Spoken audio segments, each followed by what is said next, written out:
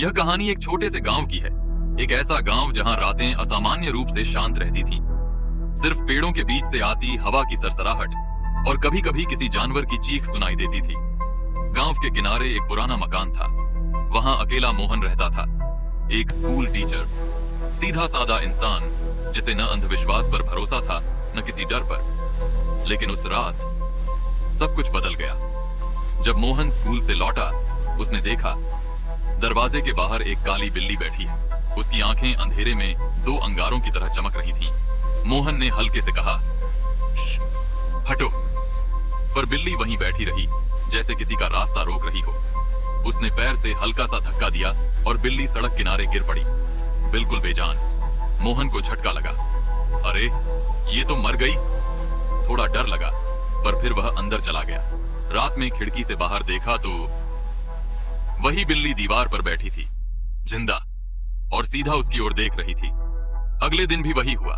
हर शाम वो बिल्ली रास्ता काटती, मोहन उसे भगाता, कभी पत्थर फेंकता, और हर रात वही बिल्ली फिर लौट आती।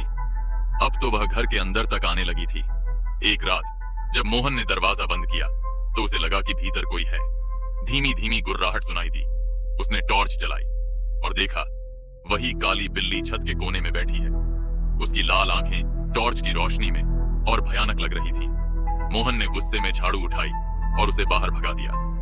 पर उसी रात सपने में वही बिल्ली आई। धीरे धीरे पास आई और फुसफुसाई, क्यों मारते हो मुझे मोहन?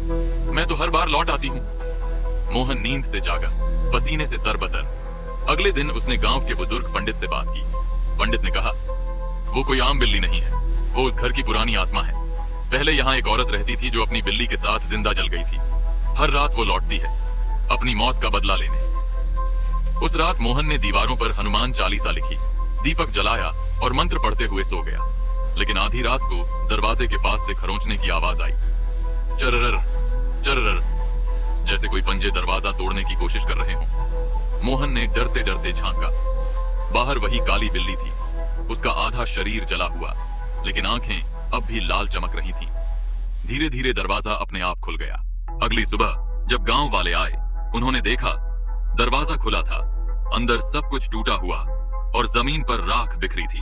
बस एक काली बिल्ली बाहर बैठी थी, शांत और जीवित। उस दिन से लेकर आज तक हर रात वही बिल्ली उस मकान के पास दिखाई देती है, मरती है और फिर सुबह जिंदा मिलती है। कहते हैं, अगर किसी ने उस बिल्ली को देखा तो वो भी उसकी आंखों में अपना भविष्य देख लेता है।